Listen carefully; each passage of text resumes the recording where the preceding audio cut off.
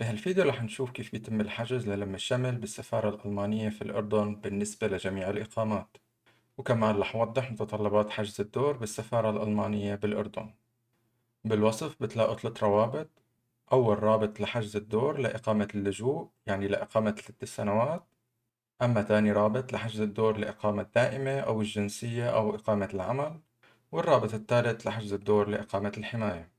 في حال كان عندكم أسئلة فاكتبوها بالتعليقات وإن شاء الله بجاوبكم بأقرب وقت. بتمنى لكم متابعة طيبة وبتمنى تدعموا القناة بلايك واشتراك. لحتى تقدروا تحجزوا دور للم الشمل بالسفارة الألمانية بالأردن فبتحتاجوا لجواز سفر سوري، وبيانات المقيم خارج ألمانيا والمقيم داخل ألمانيا، ورقم الهاتف للمقيم خارج ألمانيا، وإيميل. وبتحتاجوا أيضا لتصديق البيان العائلي من السفارة الألمانية ببيروت. بالنسبة لإقامة اللجوء أو إقامة الحماية فبتحتاجوا أيضا لرقم الملف. وبالنسبة لحجز الدور فبتقدروا تحجزوا دور للم الشمل حتى لو ما كنتوا مقيمين بالأردن. وفي نقطة كنت رح أنساها يلي هي الموافقة الأردنية. في حال بدك تعمل لم الشمل السفارة الألمانية بالأردن فبتحتاج لتأشيرة دخول، لتأشيرة دخول أردنية. وبتقدروا تقدموا على تأشيرة الدخول الأردنية عن طريق الأونلاين أو عن طريق أي مكتب سفريات بسوريا. وعلى حسب ما بعرف إنه تكلفة الموافقة الأمنية الأردنية هي تقريبا 100 دينار، 100 دينار أردني. هلأ رح نشوف كيف بيتم الحجز بالسفارة الألمانية بالأردن بالنسبة لإقامة اللجوء أو إقامة ال3 سنوات. بالوصف بتلاقوا الرابط يلي بوديكم على هاي الصفحة يلي شايفينها هون. طبعا بتقدروا تحجزوا الموعد عن طريق الموبايل أو عن طريق الكمبيوتر. في حال ما فتحت معكم الصفحة فيمكن المتصفح تبعكم ما بيدعم هاي الصفحة، فحاولوا تلاقوا متصفح إنترنت تاني غير المتصفح تبعكم. ومثل ما لكم شايفين في ترجمة بالعربي لكل شي مكتوب، فما بتحتاجوا لترجمة الصفحة على العربي. أول شي حابب نوركم على كم شغلة بهالصفحة. أول شي مكتوب هون بالخط العريض إنه أنتوا عم تقدموا على فيزا للم الشمل للاجئ معترف فيه بألمانيا. هون كاتبين كمان ملاحظة هامة إنه بيلزمك بس حجز واحد لكل أفراد العائلة. يعني إذا أنت عندك زوجة وطفل خارج ألمانيا فلازم تعمل حجز دور واحد فقط، وبهذا الحجز بتذكر اسم الزوجة واسم الطفل. كمان كاتبين هون إنه خلال نص ساعة لازم يجيكم تأكيد بالحجز على الإيميل. مشان نحجز موعد اكبسوا أول شي على إنه يا تمين، يعني موعد جديد. هلا هون أنا رح أعطيكم مثل مثال إنه كيف بيتم الحجز بالسفارة الألمانية بالأردن. لنفترض أنا لاجئ بألمانيا ومعي إقامة 3 سنوات، وبدي أعمل لم شمل لزوجتي وابني بالأردن. فأول شي بكبس على إنه يا تمين. أنا هون كتبت كل المعلومات يلي بتخصني، وهلأ بدي حابب أوضح لكم كل خانة شو معناتها. أول شي موجود بالصفحة إنه أنتو هون عم تقدموا طلب للم الشمل للاجئ معترف به بألمانيا. هون أول شي أنا كتبت الناخنامة، يعني الكنية تبع زوجتي يلي هي الدمشقي. بعدين بالفونامة كتبت هون اسم زوجتي يلي هي لما. وبالإيميل هون كتبت الإيميل تبعي، هي بالإيميل فيداهولن كتبت الإيميل تبعي مرة تانية. هون الشتات أنجهويشكايت الجنسية، هون بحط السورية لأنه زوجتي سورية فبحط هون السورية. وبالنسبة لرقم الجواز السفر بحط رقم الجواز السفر السوري تبع زوجتي. وبالنسبة لرقم الهاتف كمان بحط رقم الهاتف السوري تبع زوجتي. بالنسبة للاسم الرباعي هون بحط اسم زوجتي واسم أبوها واسم جدها والكنية. هون أنا كاتب مرتين، هي رح أحذفها، فهون صار لما أحمد محمد الدمشقي. وهون كاتبين إنه إذا كان في أفراد عائلة مرافقين للزوجة أو الزوج، يعني إذا كان في أطفال. فأنا هون لنفترض أنا عندي طفل اسمه أحمد الشامي فأنا بكتب هون اسمه أحمد الشامي. وبالنسبة لرقم قرار المحكمة هون بكتب رقم الملف تبعي، رقم اللجوء يلي هو كمان اسمه رقم البام. وهون كاتب إنه وين ساكنة زوجتي. ساكنة زوجتي بسوريا بحط سوريا، إذا كانت زوجتي موجودة بالأردن فبحط الأردن أو العراق أو اليمن أو أي دولة. فأنا هون زوجتي لنفترض موجودة بسوريا فبكتب سوريا. وبهالخانة هي بالأخير بتكتبوا الأحرف والأرقام الموجودة بهي الصورة. وبعد ما تتأكدوا من كل شي حاولوا تعملوا لقطة الشاشة أو سكرين شوت، وبعدين اكبسوا على شبايشن. وبعد ما تكبسوا على شبايشن لازم يجيكم تأكيد بالحجز خلال تقريبا نص ساعة. هلأ رح نشوف كيف يتم حجز الدور للم الشمل لإقامة دائمة ولا لإقامة 3 سنوات ولا للخاطب والمخطوب أو للمجنس. طبعا هون للزواج الحديث وليس للزواج القديم. في حال كان معك إقامة حماية فما بتقدر تحجز لحجز دور زواج حديث. بالوصف بتلاقوا الرابط يلي بوديكم على هي الصفحة. هي الصفحة غير مترجمة للعربي وفيها بس ترجمة للألماني أو للإنجليزي. طبعا فيكم عن خلال المتصفح إنه تترجموها للعربي. أنا هون رح فرجيكم كيف يتم الحجز باللغة الألمانية بدون ترجمة للعربي، وفيكم تفوتوا على هالصفحة عن طريق الموبايل أو عن طريق الكمبيوتر. في حال ما فتحت عندكم الصفحة وبتكون المتصفح تبعكم ما بيدعم هي الصفحة، فحاولوا إنكم تفتحوا هالصفحة بمتصفح تاني. أول شي هون كاتبين إنه أنتوا عم تقدموا طلب للفيزا للم الشمل أو للإيشليسونج يعني للخطب المخطوب. هون كاتبيلكن إنه هذا الموقع مو للفلوشلينغا يعني مو للاجئين. هون كاتبين بعض الملاحظات إنه إذا كان التسجيل تبعكم غلط فبينحذف من السفارة الألمانية. يعني لو نفترض أنت معك إقامة حماية وحجزت بهاي الصفحة فالسفارة الألمانية رح تحذف لك إياه.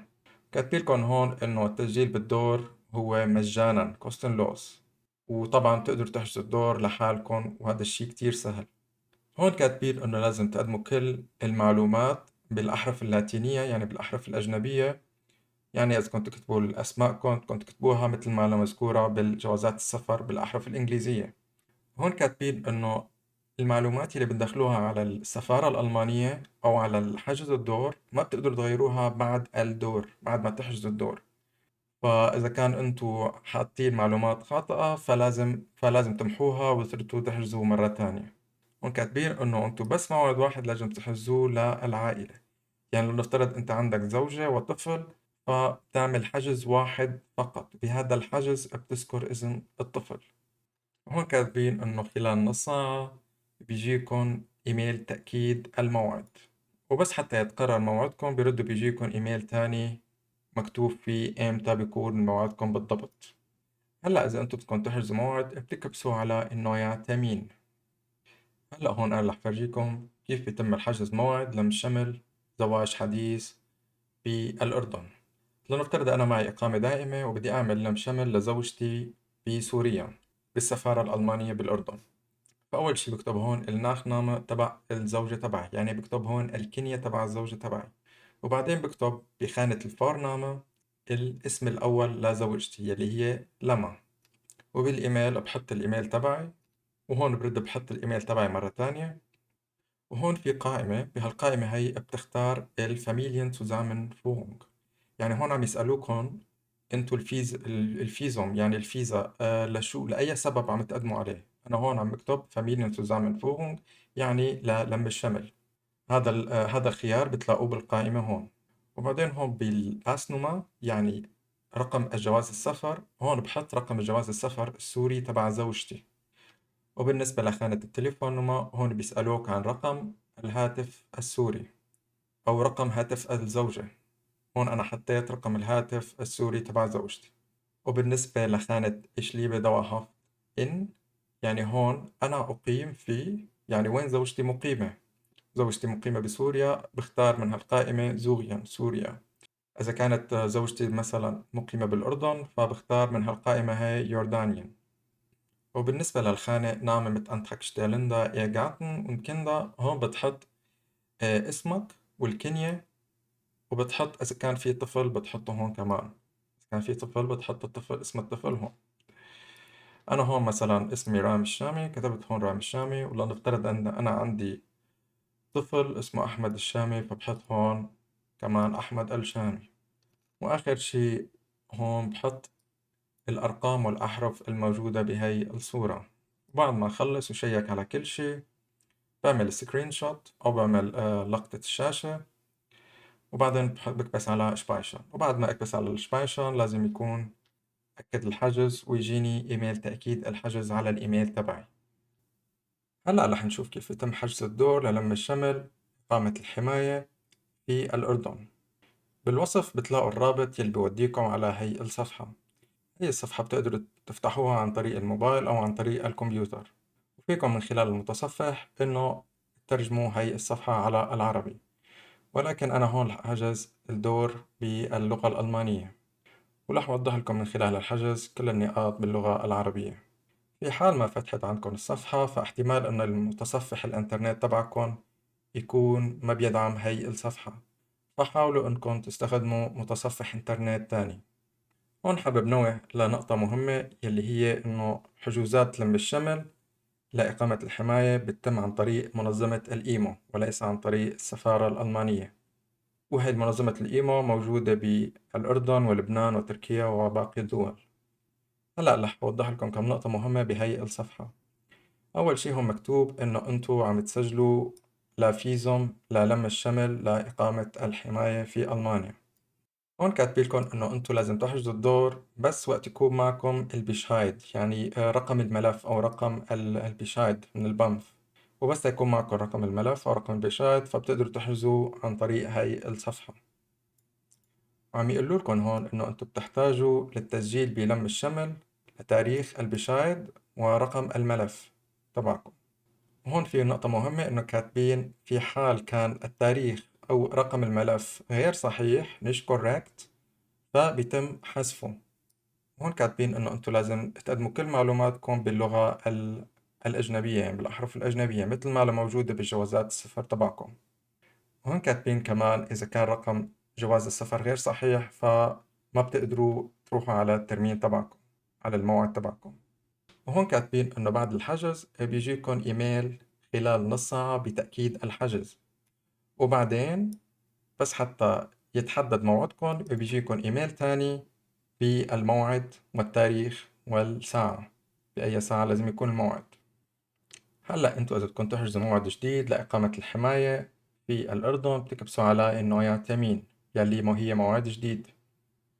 هلأ هون أنا خلال مثال رح أوضح لكم كيف بيتم الحجز للم الشمل إقامة الحماية في عمان في الأردن يعني.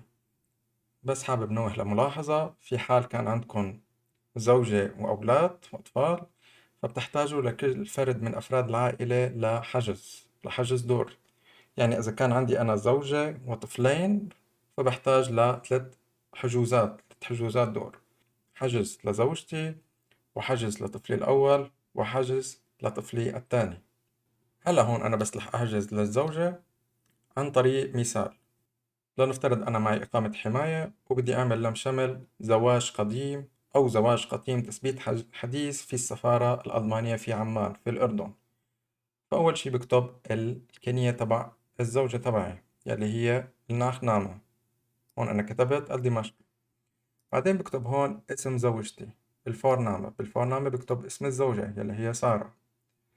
هون بكتب الإيميل تبعي، هون برد بكتب الإيميل مرة تانية. وبالنسبة للباسنوما هون معناتها زواج السفر السوري، يعني هون أنا بحط جواز السفر السوري تبع زوجتي. وبالنسبة للجيبورتستاتوم يعني هون تاريخ الميلاد، هون بكتب تاريخ الميلاد تبع زوجتي. وإذا كانت زوجتي فلسطينية فبشيك على هاي النقطة، بعملها تشيك. أنا زوجتي مالها فلسطينية فبترك هذا الخيار. وبيجي لهون تبع الشتات أنجهويشكايت يعني شو الجنسية. هون أنا حطيت جنسية زوجتي يلي هي سورية. وبالنسبة للتليفون نمر هون بتحط التليفون نمر تبع الزوجة اللي هي بسوريا أو بالأردن أو بلبنان. أنا هون حطيت رقم هاتف السوري لزوجتي. وبالنسبة للweiteren Telefonnummer in Deutschland بالمكلش هون بدهم رقم التليفون للشخص الموجود بألمانيا، يعني رقم الهاتف تبعي بألمانيا.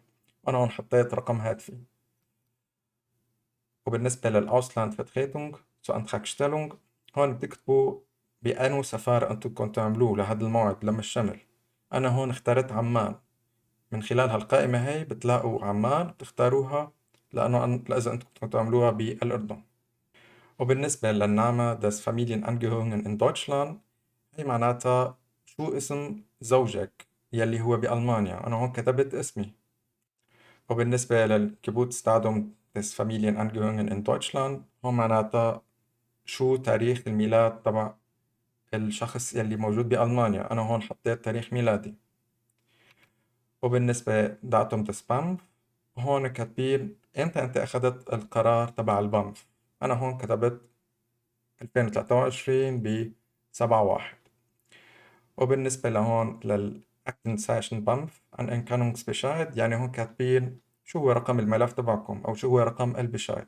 أنا حطيت هون رقم البشايد تبعي. وآخر شي بهالخانة هاي بتكتبوا الأرقام والأحرف الموجودة هون.